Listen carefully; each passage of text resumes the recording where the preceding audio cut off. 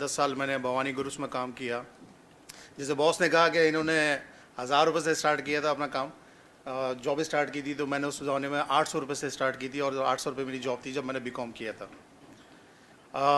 जब polymer access मैंने join किया, मेरे ख्याल से 1998 अक्टूबर में मैंने ज्वाइन किया था। उस वक्त हमारी कंपनी में कोई 5 या 6 लोग होते थे और उस ज़माने में 3 हमारे पास कंप्यूटर होते थे।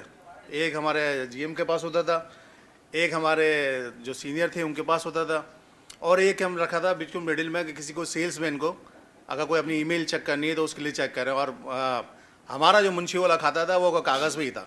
उस ज़माने में रजिस्टर पे हम मेंटेन करते थे और काम करते थे। और 1998 में फिर उसके बाद मैंने 2000 में मैंने कोशिश की कि मैं मज़ीद पढ़ूँ।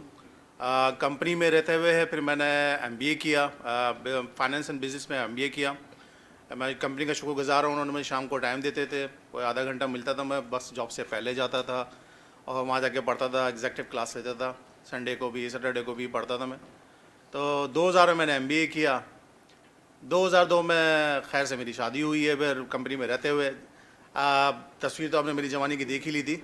जैसे जैसे कंपनी ग्रो हुई मैं भी साथ में ग्रो होता था, सेहत में और वैसे भी।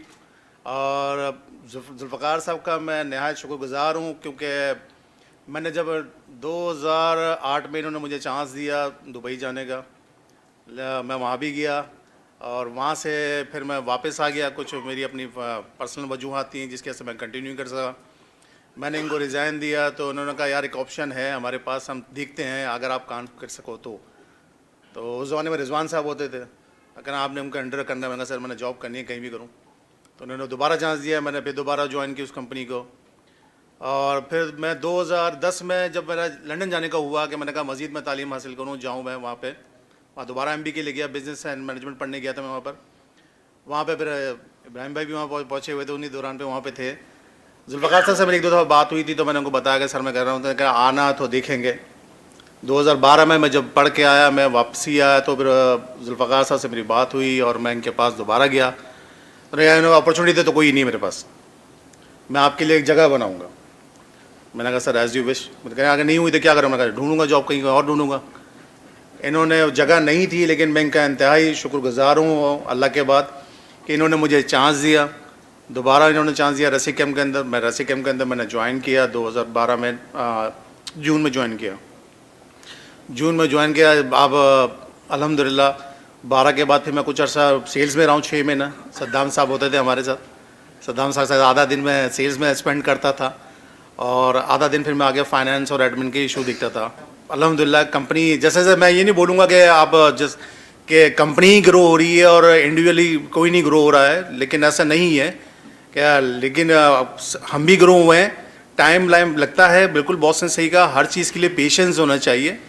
लेकिन हमारे यहाँ डिज़ायर पहले होती है और डिज़र्व बाद में करते हैं ये। और लोगों का ये होता है कि बस मैंने ये कर दिया, मैंने कंपनी को ये कमा के दे दिया, मुझे अभी रिजल्ट मिलना चाहिए। ऐसा नहीं है, हर चीज़ का एक फ़ेज़ है, टाइम है, उस लिए मिलता है। और अल्लाह का शुक्र है मैं कंपनी के साथ पिछले 20 से 25 साल से साथ कंपनी से काम कर रहा हूँ। और आई डोंट नो आगे जब तक ज़िंदा हूँ मैं, अभी तक तो मेरा कोई ऐसा इरादा नहीं है, लेकिन जैसे जैसे कंपनी के साथ चल रहा हूँ। हाँ, इसमें वीकनेस मेरी भी है, कुछ मैं भूल जाता हूँ, बॉस को भी पता है कि मैं कुछ चीज़ें भूल जाता हूँ। लेकिन अल्हम्दुलिल्लाह मैं भी ग्रो हो रहा हूँ और कंपनी भी ग्रो हो रही है और इंशाल्लाह we grow together. Thank you very much.